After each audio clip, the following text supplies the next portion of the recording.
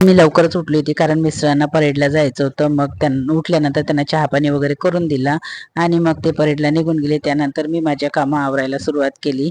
कामं आवरून घेतले, मुलींसाठी मॅगी केली, पण मला नाश्ता वगैरे काही केला नाही कारण एकटीपुरता करायचा कंटाळा आला होता.